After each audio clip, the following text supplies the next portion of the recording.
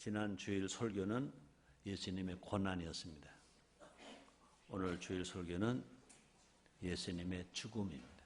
한번 따라 하시겠습니다. 예수님의 고난, 예수님의 죽음. 오늘은 종려주일입니다. 예수님께서 새끼 나귀를 타시고 예루살렘에 왕으로 입성하신 날, 종려주일입니다. 또 이번 주간은 예수님 고난당하신 고난주간입니다. 특별히 이번 주 금요일은 성금요일, 예수님께서 죽으신 날입니다. 예수님께 죽음이 쉬운 일이었을까? 예수님께로 죽음은 죽을 만큼 고통스러우셨습니다. 예수님은 하나님이시지만 이 땅에 오실 때는 참 사람, 인간으로 오셨기 때문에 그 죽음은 다 고통스러우셨습니다. 아마 어떻게 보면 예수님이시기에 더 고통스러우셨다, 그렇게 말할 수 있을 것입니다. 그런데 예수님은 그 죽음을 이기셨습니다.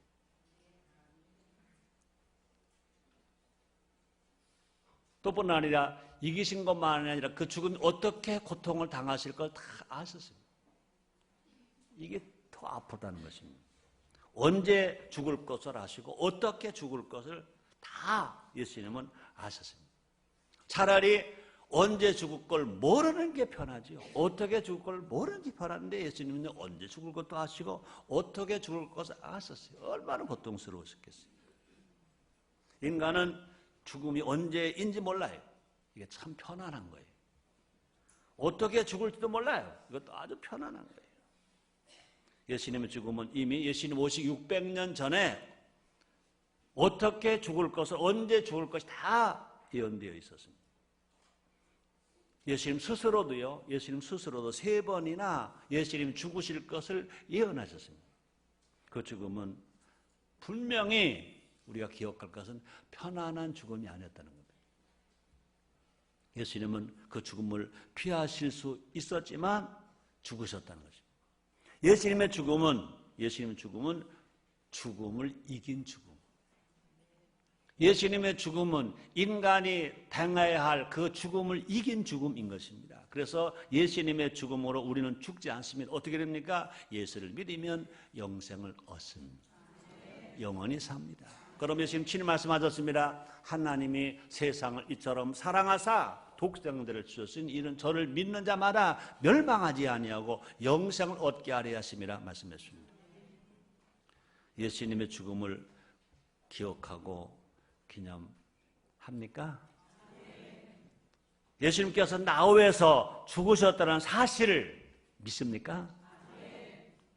그렇다면 우리는요, 진정으로 감사하고 감격하고 살아야 될 줄 믿습니다. 이 시간 예수님의 죽음에 대해서 알아봄으로 말미암아 예수님과 함께 죽고 함께 사는 영광스러운 예수님의 신부가 다 되시기를 주의 이름으로 축원합니다. 첫째는요, 겟세마네 동산의 죽음. 그동안 저는 겟세마네 동산의 기도라는 말을 했습니다. 난 이번 설교를 준비하면서 아니야, 겟세마네 동산에서 기도하신 그 자체도 죽음이야. 예수님께서 십자가에서 죽은 것만 죽음이 아니라 겟세마네 동산에서 기도하실 때 벌써 예수님 죽으셨어. 그러므로 겟세마네 동산의 죽음이라는 표현을 합니다. 예수님 가장 힘든 순간은 언제였을까? 예수님은 십자가보다 겟세마네 동산을 가리키실 것입니다. 십자가보다 겟세마네 동산을 더 무서운 고통이라고 보실 것입니다. 예수님은 십자가에서 오히려 당당하셨습니다. 근데 겟세마네 동산에서는요, 아주 처절하셨습니다. 겟세마네 동산에서 예수님의 모습은요, 평소와 달랐습니다. 예수님은 슬퍼하셨습니다. 예수님은 고민하셨습니다. 예수님은 심히 고민하셨습니다. 또한 아니 예수님은요, 제자들에게 중보 기도를 부탁하실 정도로 고통스러우셨습니다. 그래서 마태복음 26장 37절 38절에 이렇게 말씀하십니다. 베드로와 세베대의 두 아들을 데리고 가실 때 고민하고 슬퍼하사 예수님이 고민하고 슬퍼하사 예 말씀하시되 내 마음이 심히 고민하여 죽게 되었으니 내 마음이 심히 고민하여 죽게 되었으니 너희는 여기 머물러 나와 함께 깨어 있으라 그랬습니다. 예수님은요 겟세마네 동산에서 3번이나 기도하셨어요. 땀방울이 핏방울이 될 정도로 기도하셨습니다. 십자가 지시기 전에 이미 물과 피를 쏟고 계셨습니다. 그 땀이 피가 되었다고 그랬습니다. 예수님은 겟세마네 동산에서 이미 죽으셨습니다. 십자가에 잔만한 피하고 싶은 예수님의 뜻이 죽었습니다. 예수님의 뜻은 죽고 하나님의 뜻이 살았다고 말이에요. 그래서 마태복음 26장 42절에 이렇게 성경 말씀하십니다. 다시 2번째 나와 기도하여 가라사대 내 아버지여 만일 내가 마시지 않고는 이 잔이 내게서 지나갈 수 없거든 아버지 온대로 되기를 원하나이다. 예수님은 너무 힘드시니까 그 고난의 십자가를 짓기 전에 그 고통을 좀 자기가 안 지시고 넘어갔으면 좋겠어요. 예수님의 뜻은 그 고난, 그 죽음을 맞이하지 않는 거예요. 그런데 겟세마네 동산에서 그 꿈이 깨지는 거예요. 예수님 말씀하십니다. 그러나 내 원대로 마시고 아버지 원대로 없어. 그러므로 예수님의 뜻이 죽고 하나님의 뜻이 살아난 현장이 겟세마네 동산인 줄 믿습니다. 나나 여러분은 그 사랑 먹고 구원받았습니다. 그 피로 우리가 구원받았습니다. 자, 과연 나는 예수 믿고 구원받은 우리가 하나님 자녀가 된 우리가 나는 이처럼 철저하게 하나님의 뜻에 순종하는가? 오늘날 마치 사사시대와 같다고 말합니다. 그래서 사사기 17장 6절 이렇게 말합니다. 그때에는 이스라엘에 왕이 없으므로 사람마다 자기 소견에 옳은 대로 행하였더라. 다 제 마음대로, 제 기분대로, 제 생각대로. 성경을 몰라서가 아니라 설교를 못 들어서가 아니라 성경 안 읽어서가 아니라 너무나 많은 세상 사람만이 아니라 예수 믿고 교회 다니는 사람들조차도 그렇다는 것입니다. 사람마다 다 자기 멋대로 살고 있어요. 자기 유익만 추구하고 살아간다는 것입니다. 여러분 잘 들으시 바랍니다. 구원은 믿음이지만 신앙은 희생입니다. 알았다. 구원은 믿음이지만 신앙은 희생이다. 산 신앙이 뭘까? 희생하는 신앙이 산 신앙입니다. 희생하는 신앙이 산 신앙. 그래서 인도의 유명한 깐디가 그런 말을 했습니다. 만국론 7가지 중에 7번째 그랬습니다. 희생 없는 종교, 희생 없는 신앙은 나라를 망하게 한다. 우리가 깊이 생각하고 들어야 될 것인 것입니다. 하나님의 뜻을 이루기 위해서 내가 희생한다는 것입니다. 우리 예수님은요, 하나님의 뜻을 이루기 위해서 예수님이 희생당하시고 죽으셨어요. 내 뜻보다 하나님의 뜻을 세우는 그것이 산신앙이라는 것입니다. 예수님은 이를 위해서 죽기까지 하셨어요. 죽기까지 하셨어요. 따라합니다. 우리도 죽읍시다. 그럴 거예요. 아이고 목사님 살려고 하는데 왜 아침부터 죽으라고 그러세요? 여러분의 목숨이 죽으라는 게 아니고 순종의 믿음이 필요하다는 것입니다. 하나님의 뜻을 위해 죽으면 하나님 우리의 삶을 책임져 주십니다. 아멘입니까? 그래서 신명기 28장 2절에 이렇게 말씀하십니다. 내가 내 하나님 여호와의 말씀을 순종하면 이 모든 복이 내게 임하며 내게 미치리니 그랬습니다. 두 번째입니다. 가시관 쓰신 죽음. 예수님은 벌써 가시관에 쓰실 때 죽은 겁니다. 예수님은 먼저 만왕의 왕이십니다. 하늘 보좌에서 영광의 면류관을 쓰고 계신 분입니다. 그래서 요한계시록 19장 12절에 이렇게 말씀합니다. 그 눈이 불꽃 같고 그 머리에 많은 면류관이 있고 천국에 계신 예수님은요 그 눈이 불꽃 같다 그랬습니다. 그 머리에는요 많은 면류관이 있다 그랬습니다. 쓰여져 있다 그랬습니다. 피조된 인간은 만왕의 왕에게 금면류관을 드려야 마땅합니다. 모든 사람들은 예수님에게 멸류관을 씌워드려야 되는데, 근데 죄로 물든 인간은 만왕과 함께 예수님께 가시관을 씌웠습니다. 그래서 마가복음입니다. 마가복음 15장 17절 이렇게 말씀하십니다. 예수에게 살색옷을 피고 가시관을 엮어 씌우고, 멸류관을 씌워드려야 할 예수님의 머리에 가시를 엮어서 가시멸류관을 씌웠다는 것입니다.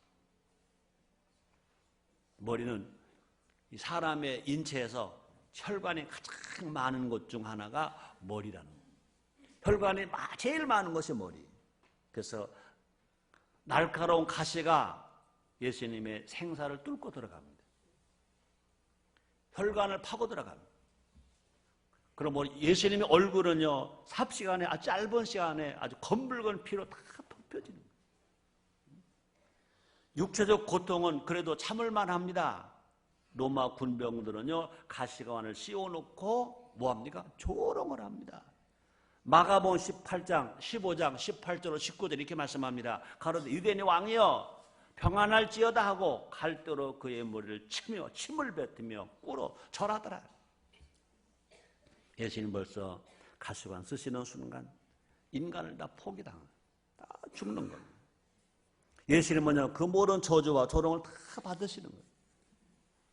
가시는 저주에 상징한다고 그랬습니다. 그래서 창세기 3장 17절 18절에 보니까 이렇게 기록되어 있습니다. 아담에게 이르시되 내가 내 아내의 말을 듣고 내가 너더러 먹지 말라 한 나무의 실과를 먹었은즉 땅은 너로 인하여 저주를 받고 너는 종신토록 수고하여 그 소산을 먹으리라. 땅이 내게 가시덤불과 엉겅퀴를 낼 것이라. 가시는 저주를 상징한다고 그랬습니다. 근데 가시면류관은요, 범죄한 인간이 써야 할 저주의 대가가 가시면류관입니다. 그런데 예수님은요, 그렇게 쓰실 이유가 하나도 없잖아요. 그럼에도 불구하고 가시면류관을 쓰셨습니다. 예수님은요, 왜 그러셨을까? 우리 대신 우리의 저주를 대신 짊어지시고 예수님께서 가시관을 쓰셨다는 것입니다. 온갖 저주와 수치와 조롱 속에서 예수님은 그렇게 죽으셨습니다. 가시면류관 쓰신 예수님의 죽음은 결국은 인간의 저주를 죽인 죽음인 줄 믿습니다.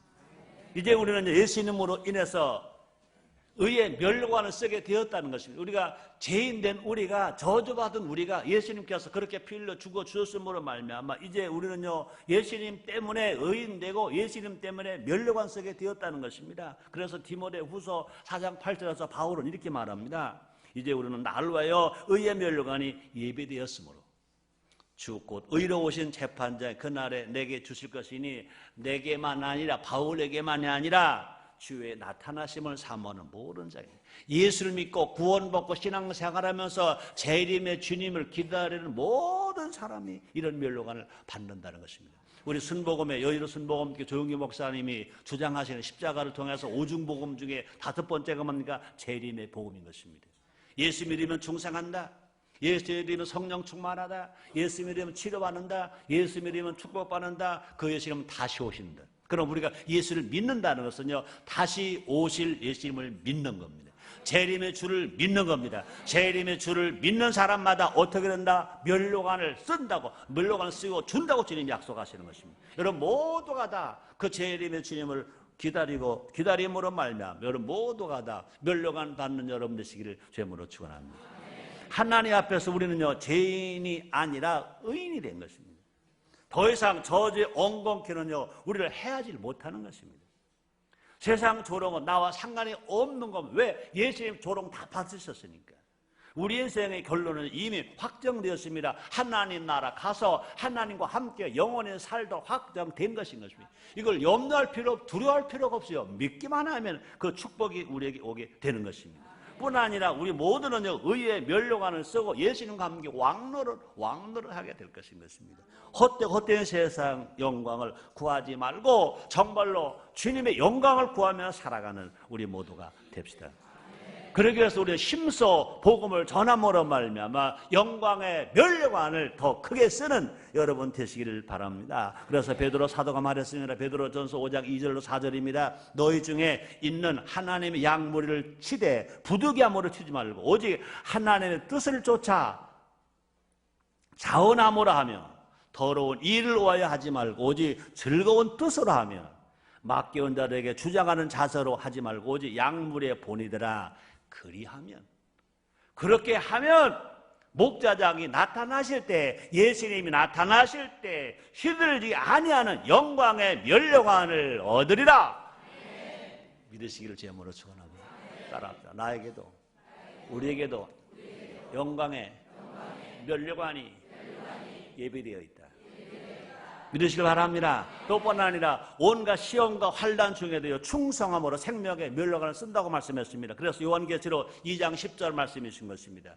내가 장차 받을 고난을 두려워 말라. 볼지어다 마귀가 장차 너희 가운데서 몇 사람을 옥에 던져 시험을 받게 하리니 너희가 10일 동안 환난을 받으리라. 내가 죽도록 충성하라. 그리하면 내가 생명의 면류관을 내게 주리라. 아멘. 내가 생명의 면류관을 내게 주리라. 주님이 말씀하셨습니다.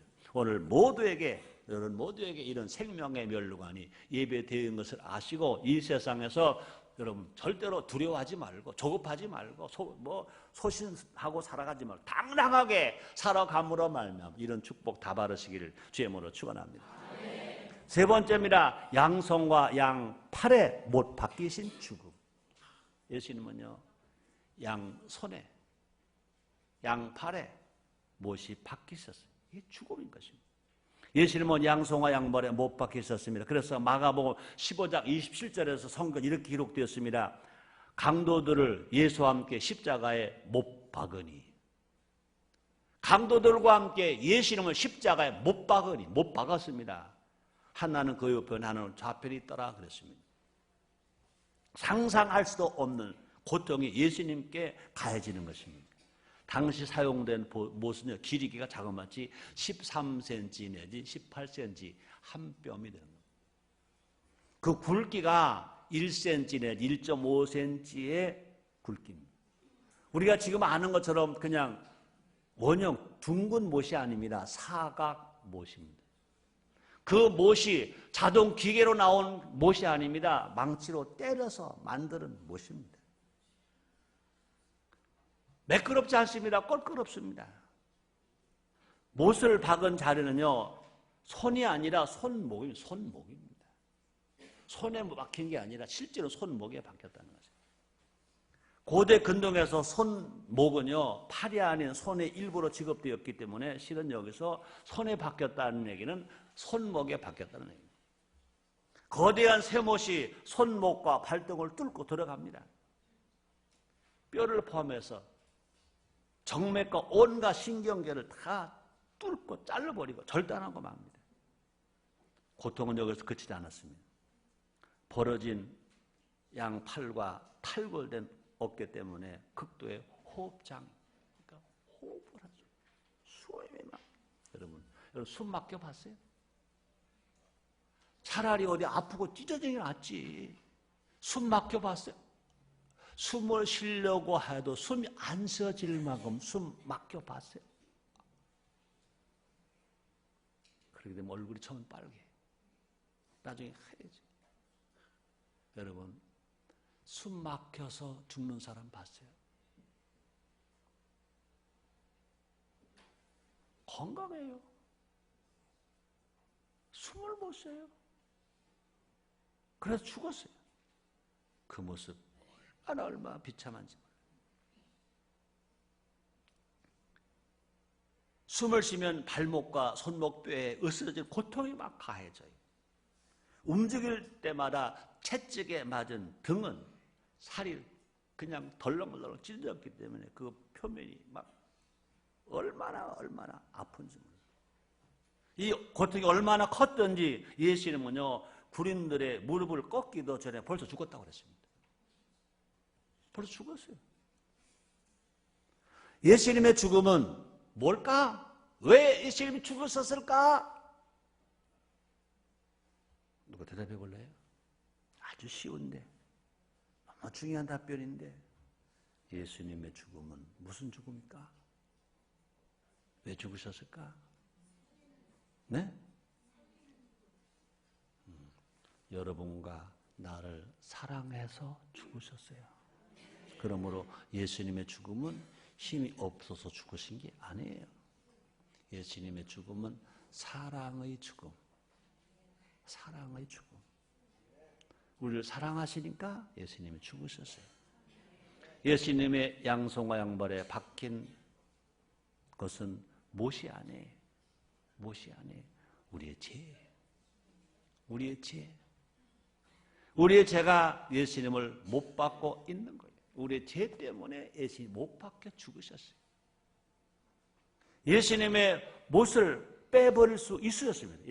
예수님은요, 못을 빼버릴 수 있어요. 그런 힘이 있어요. 그런데 예수님은 그 못을 빼지 아니하셨어요. 예수님은 견디셨어요. 왜? 우리를 사랑하시니까. 우리를 구원하셔야 되니까. 우리 예수님은요, 견딜 뿐만 아니라 못 자국 난 흉터를 그냥 간직하셨어요. 그래서 부활하신 후에 의심하는 제자에게 보여주셨어요. 그래서 요한복음 20장 27절입니다. 도마에게 이르시되 네 손가락을 이리 내밀어 내 손을 보고 네 손을 내밀어 내 옆구리에 넣어보라.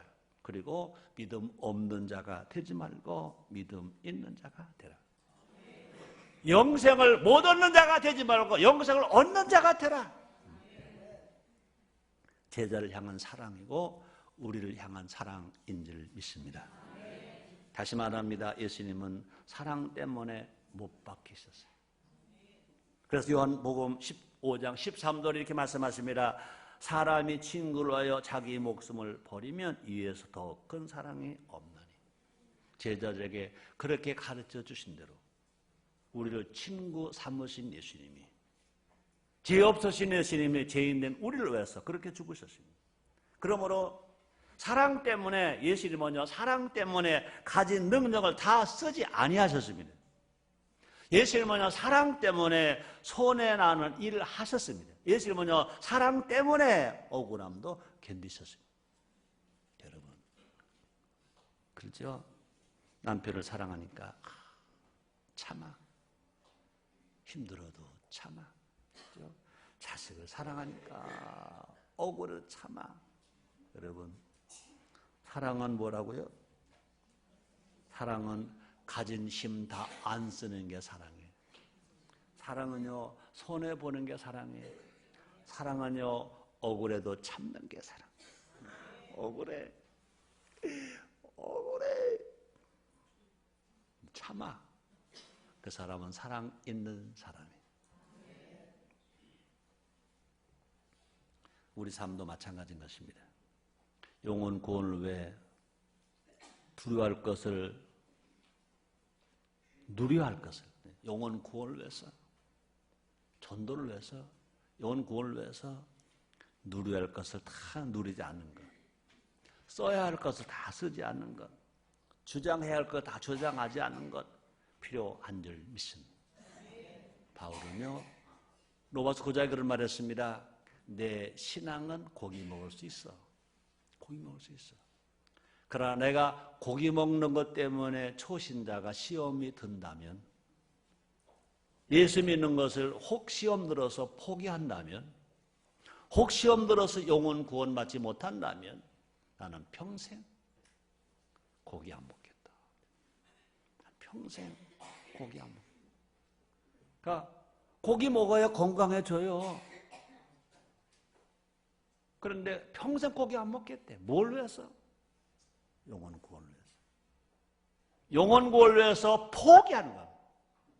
예수님은 영혼 구원을 위해서 생명까지도 포기하셨어요. 그럴 때 예수님의 손과 발은 못자국이 아니라 무슨 자국일까요? 무슨 자국일까요? 그래요. 사랑 자국이다. 따라서 예수님의 못자국은 사랑 자국이다. 사랑 자국이다. 그래서 예수님께서 그러잖아요. 내 손에 박힌 못자국 봐. 임마, 내 너 사랑하잖아. 내 옆구리 만져봐. 창 찔린 자국 있잖아. 이게 창 자국이 아니야 임마. 내가 너를 사랑하는 자국이야. 사랑 자국. 사랑 자국. 우리의 손과 발도 사랑 자국을 가집시다. 주님을 위한 사랑 자국. 여러분 엄마들 손이 막 얼었죠? 난 알아. 가족 사랑 자국이야.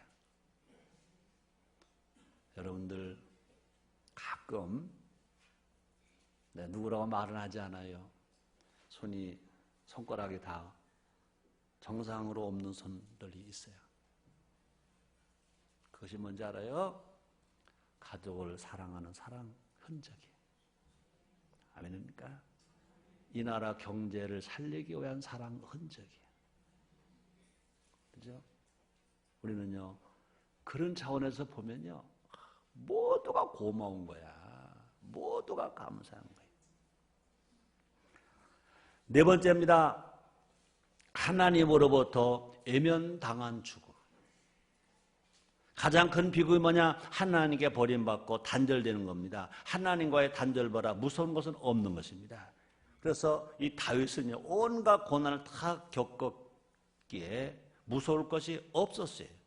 그런 다윗이 가장 두려워하는 것이 있었어요. 그건 뭡니까? 하나님과 단절되는 것을 다윗은 제일 무서워했어요. 그래서요, 시편 51편 11절에 다윗은 이렇게 고백하고 있습니다. 나를 주 안에서 쫓아내지 마시며 주의 성실을 내게서 거두지 마소서. 나를 주님 앞에서 쫓아내지 마세요. 내 안에 계신 성령을 거두가지 마세요. 내가 다른 고통 다 참아도 하나님과 단절되면 못 참아요. 하나님 떠나면 안 돼요. 고백합니다.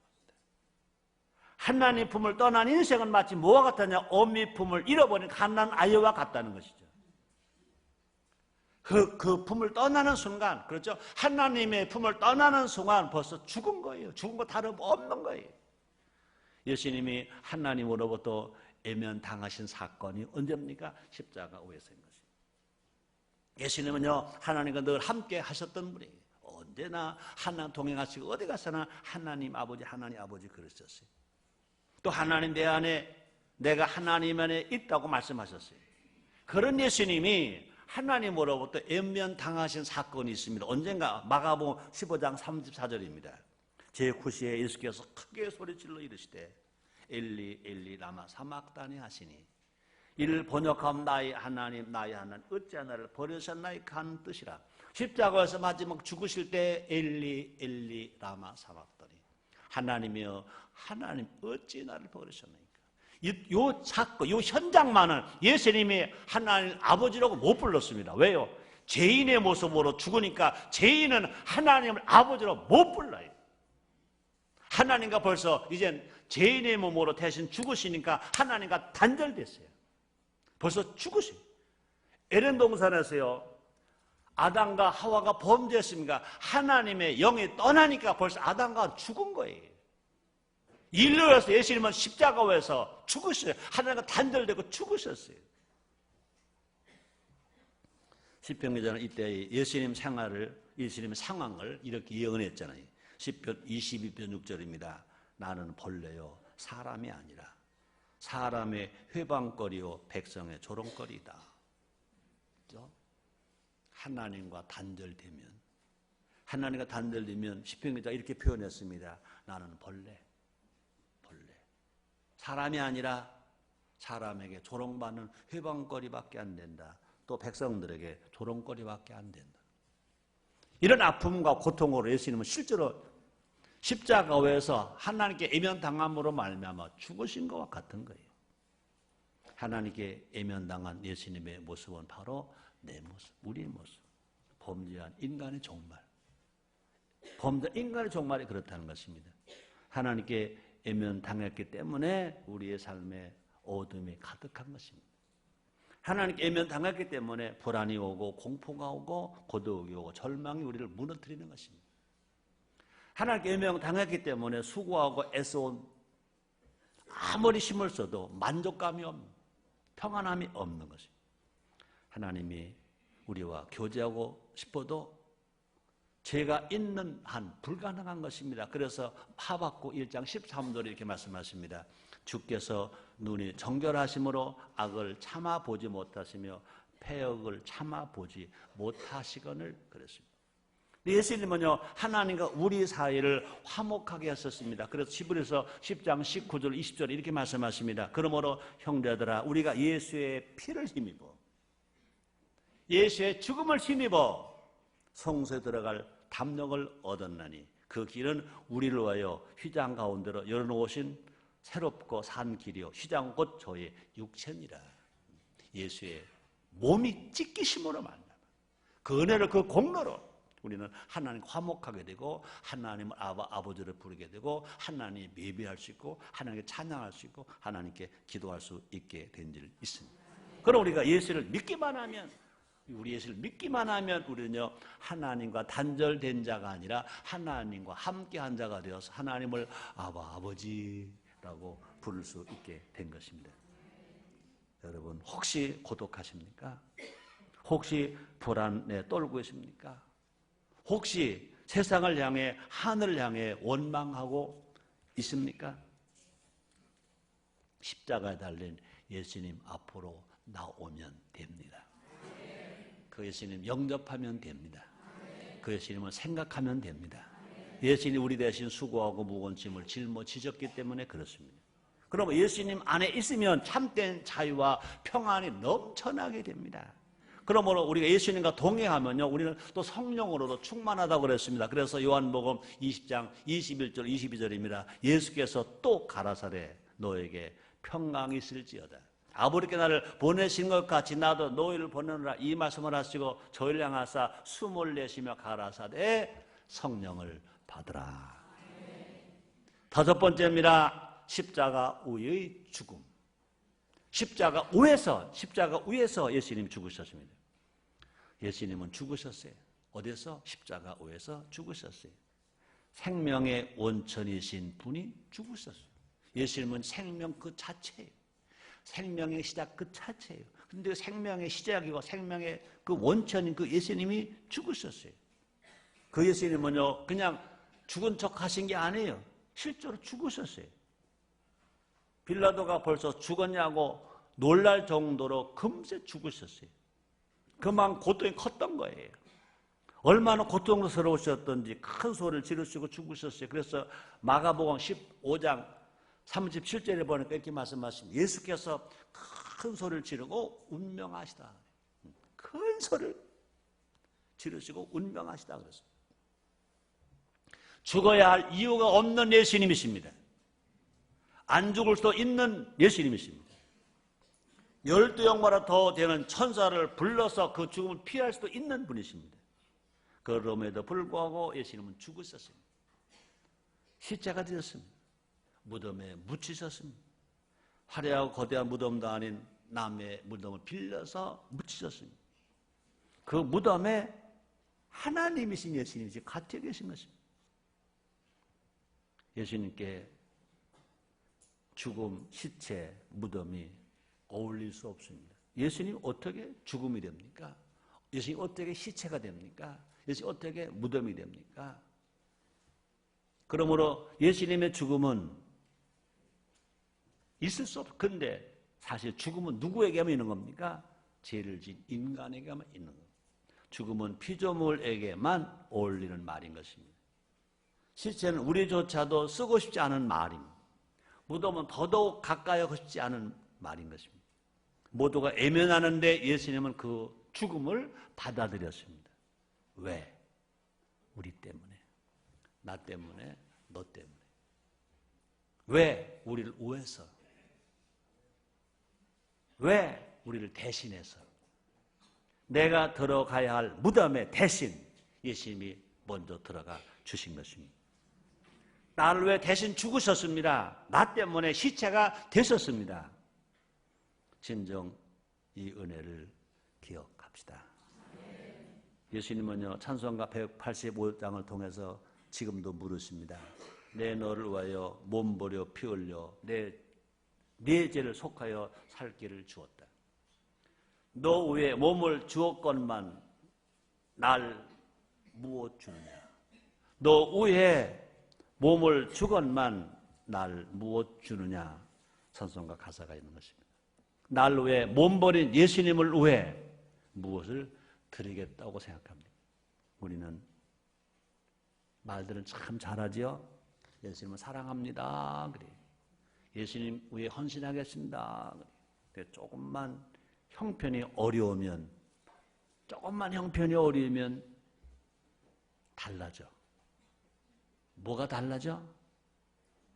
뭐가 달라집니다. 그게 뭔지는 말할까 말까 안 할게요. 교회 일보다 내 일이 우선입니다.